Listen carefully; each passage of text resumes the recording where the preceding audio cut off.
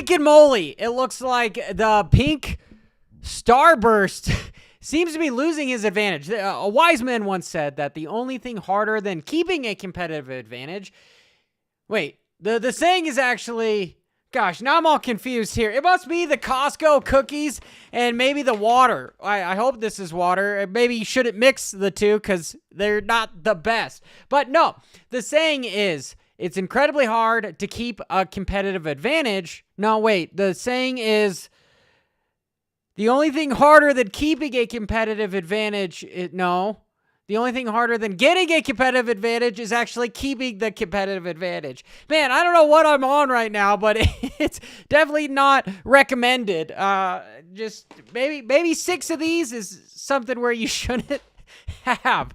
But holy freaking cow, Webb. I know if you guys watched my channel earlier this week, I talked a lot about, hey, I think what to look out for, saying that the track was going to be very one line in certain situations, which it was. It was hard to pass. And I also said that Tomac was going to come out swinging. And did we see Tomac's start on that first heat race? He was actually the second heat race, but holy moly, man, that looked like Chase Sexton timing the sucker. And Webb having the fastest qualifier is something that just never freaking happens. It never happens. Even when he wins, he pretty much just goes out and lets Kenny win the whole race, and then come the last corner, he takes it away from him. But no, not this weekend. If we look at the points and even the lap times here, gosh, let me zoom in on this. Can I zoom in on this? Come on. Control, plus. Heck yeah, my eyesight is going and just my mind as well, because I couldn't even remember a damn quote.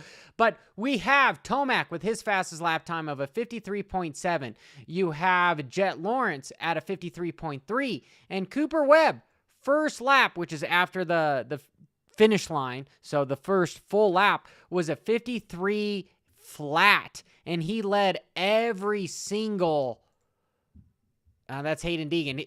Deegan led every lap, but then also freaking Cooper Webb led all 23 laps. Man, since the rule change of having the whole just 20 laps, plus 2, now you're having the 20 minutes plus 2. These guys are doing much more laps on especially these tracks. These tracks are freaking gnarly. I give it up to Dirtworks this year for, gosh, man, they need to have a rainy day fund because of how much extra work they freaking have to put in. And I am so blessed that what they've actually put in, because we haven't watched 6 mud races. We've seen some gnarly hybrid tracks, but we haven't watched full-blown freaking mud races, which are boring.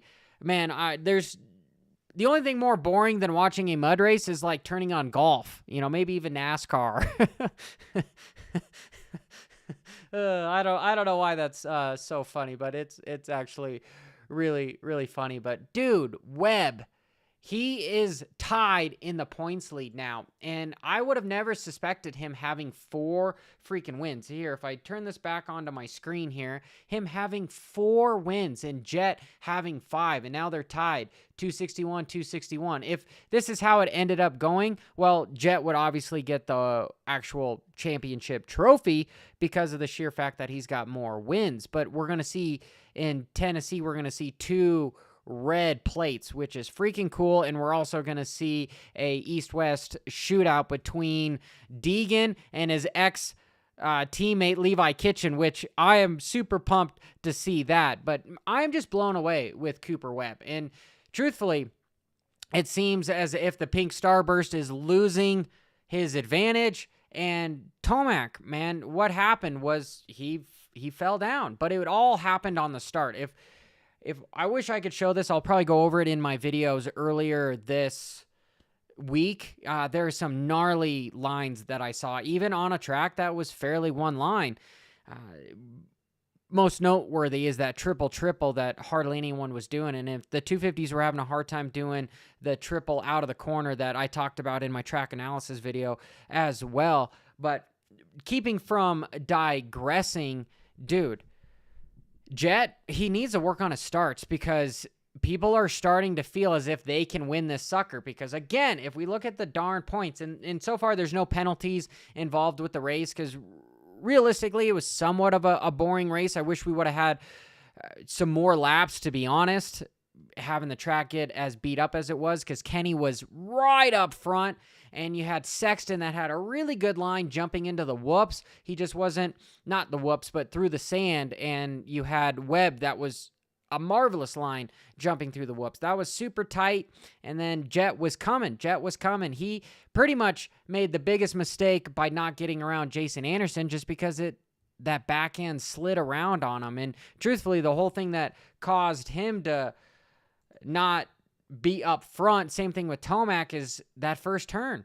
It was incredibly slippery, and Tomac lost his rear end, and you had Jett running into Malcolm, which pretty much just destroyed his chances of getting through the pack, especially when they have the rules of 9 whoops to where it doesn't really separate these guys, and there was half the track was unpassable, and it was perfect for Webb, the dude that has the gnarliest racecraft, for him just to get the freaking hole shot and just run away with it and put down a heat or lap 1 and just get that little gap that ended up staying the rest of the race is spectacular.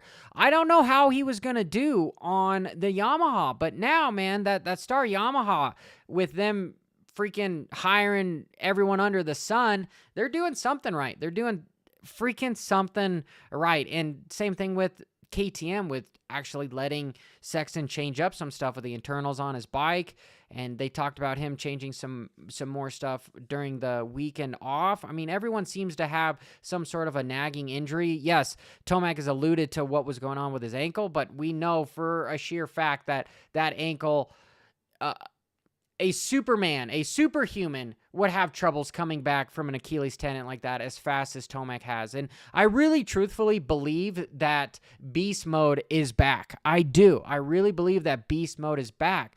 But with the new set of talent in the class, it is hard for us to really notice the beast mode. It's still there, but it's not quite as big of the advantage as it used to be because, again, at the beginning of this darn thing, I was having a hard time with my freaking quote that the only thing harder than getting a competitive advantage is keeping it. Boom, there, I said it. I'm done with the stream. We're going to leave. I'm going to watch UFC 300 because I got a huge party upstairs, and there's some loud noise going on. Thank God I got an expensive mic that you guys can't hear it, but super stoked for that, so I'm definitely going to get on that. And honestly, that is a good segue to today's video sponsor. They're big into racing. They do a lot of off-road racing, and they are a freight company. They do dry loads. They do refrigerated loads. They do box loads. If you need anything to travel, please contact Precision Transport at 877-827-0618. They help out the